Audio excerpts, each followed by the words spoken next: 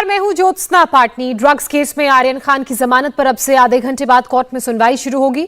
आर्यन खान की जमानत पर सेशंस कोर्ट में सुनवाई का आज तीसरा दिन है। सुनवाई से पहले इस वक्त का सबसे बड़ा अपडेट यह है कि आर्यन और 5 आरोपियों को आर्थर रोड जेल की क्वारंटीन बैरक से कॉमन सेल में शिफ्ट कर दिया गया है। सभी आरोपियों को कोविड रिपोर्ट नेगेटिव उनकी आई, जिसके बाद आर्यन और बाकी 5 आरोपियों को क्वारंटीन बैरक से कॉमन सेल में शिफ्ट कर दिया गया है। आज का दिन आर्यन खान के लिए बेहद अहम है, क्योंकि अगर आज जमानत पर फैसला नहीं आता है तो आर्यन खान को 3 दिन आर्थर रोड जेल में ही रहना पड़ सकता है, क्योंकि अगले 3 दिन कोर्ट की छुट्टी है। तो आर्यन खान को क्वारंटीन बैरक से अब नॉर्मल सेल में शिफ्ट कर दिया गया है। जब इनको यहां पर लेकर आया गया था तब इनका कोविड टेस्ट कराया गया था, इसीलिए इनको आइसोलेटेड सेल यानी कि क्वारंटीन बैरक में रखा था। अब इन सभी की रिपोर्ट नेगेटिव आई है, जिसके बाद इन्हें कॉमन सेल में शिफ्ट कर दिया गया है। और सेशंस कोर्ट से हमारे संवाददाता राजेश कुमार इस वक्त हमारे साथ जुड़े हुए हैं।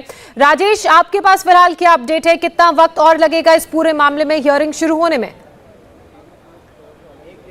देखिए, 12 बजे का वक्त निर्धारित है जब हियरिंग को शुरू होना है, लेकिन एसजी अनिल सिंह जब कोर्ट में आएंगे, क्योंकि उन्हें ही बहस करना है, उन्हें ही एनसीबी का पक्ष रखना है। अभी जो जानकारी सामने आ रही है उसमें बताया जा रहा है कि अभी वो हाई कोर्ट में व्यस्त हैं, तो वहां के मैटर्स फिनिश करने के बाद, खत्म करने के बाद ही वो सेशंस कोर्ट पहुंचेंगे। तो क्या वो 12 बजे पहुंचेंगे, ये देखने वाली बात होगी, क्योंकि कल ही उन्होंने कोर्ट में बताया था कि उन्हें वक्त लग सकता है, इसलिए उन्होंने 12 बजे का वक्त मांगा था। तो खैर 12 बजे का वक्त निर्धारित है, तब आर्यन की बेल पर दोबारा हियरिंग जो है एक बार फिर से शुरू होगी। ज्योत्सना, अच्छा राजेश, अगर हम दोनों ही तरफ से जिरह की बात करें तो कल बहुत लंबी बातचीत हुई, दोनों ही पक्ष की तरफ से तमाम तरह की बातें रखी गई, जिसमें एक बड़ी बात ये कही गई है कि आर्यन खान का जो संपर्क है वो इंटरनेशनल ड्रग डीलर से है। तो क्या इसके कोई पुख्ता सबूत पेश किए गए जिनके आधार पर यह बात कही गई, व्हाट्सएप चैट के अलावा?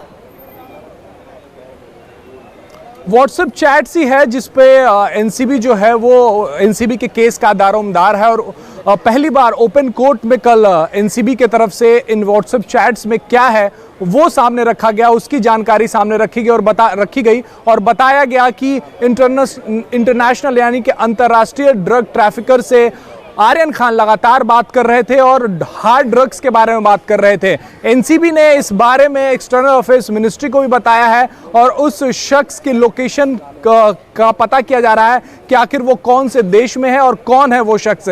साथ ही एनसीबी ने यह भी कहा है कि इलिसिट ड्रग ट्रैफिकिंग में आर्यन खान शामिल थे। बड़ा आरोप लगाया है एनसीबी ने, जिसे आर्यन खान के वकील अमित देसाई ने सिरे से खारिज किया है। तो आज एएसजी जब कोर्ट में पहुंचेंगे, उनका कल भी उन्होंने कहा था कि और कई सबूत हैं, और कई डॉक्यूमेंट्स हैं, और कई व्हाट्सएप चैट्स हैं जो वो जज के सामने रखना चाहते हैं, जिससे ये वो साबित करना चाहते हैं कि ये पूरा कॉन्स्पिरेसी है, सब एक्यूज जो हैं एक दूसरे से कनेक्टेड थे। तो एएसजी का इंतजार है, वो जब आज कोर्ट में पहुंचेंगे तो उन्होंने कल कहा था कि और कई व्हाट्सएप चैट्स में जो सबूत आर्यन खान के खिलाफ है वो आज कोर्ट में रखेंगे। जो अच्छा, और जिन व्हाट्सएप चैट्स की बात की जा रही है, क्या वो सिर्फ आर्यन खान की है या उनके अलावा जिन लोगों की गिरफ्तारी हुई है उनकी चैट्स को भी आधार माना जा रहा है?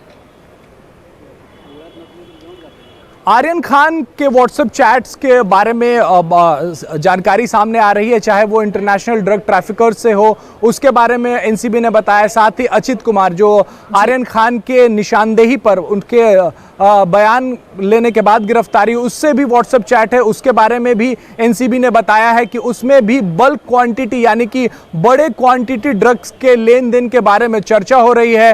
तो एनसीबी फिलहाल आर्यन खान, जो कि आरोपी नंबर 1 बनाया गया इस पूरे मामले में, उसके व्हाट्सएप चैट्स को कोर्ट में रख रही। कल भी रखा गया था और आज भी बहुत मुमकिन है कि आर्यन खान के चैट्स के बारे में कोर्ट को बताया जाएगा।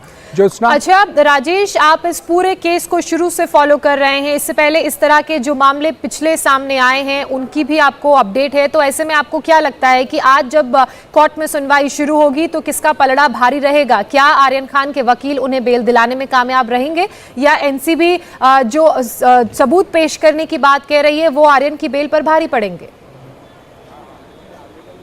ये कहना बहुत मुश्किल है ज्योत्सना कि किसका पलड़ा भारी रहेगा, लेकिन फिलहाल अमित देसाई ने कल अपने आर्गुमेंट्स जो है वो कोर्ट में रखे और काफ़ी मजबूती से रखे उन्होंने। उनका सबसे बड़ा तर्क ये था कि आर्यन पर प्रोक्योरमेंट यानी कि ड्रग्स खरीदने और ड्रग्स डिस्ट्रीब्यूशन के भी चार्जेस लगे हैं। लेकिन जब आर्यन पकड़ा गया तो उसके पास से न ड्रग्स मिला और ना ही पैसे, तो वो ड्रग्स किसी को दे नहीं सकता था और ना ही खरीद सकता था। एनसीबी ने पुरजोर विरोध किया है और कहा है कि कॉन्स्पिरेसी में शामिल है, इसलिए उन्हें बेल ना दिया जाए। बिल्कुल, आरोप इतने गंभीर हैं इसलिए वक्त भी ज्यादा लग रहा है। बहरहाल बहुत शुक्रिया राजेश आपका तमाम जानकारी के लिए।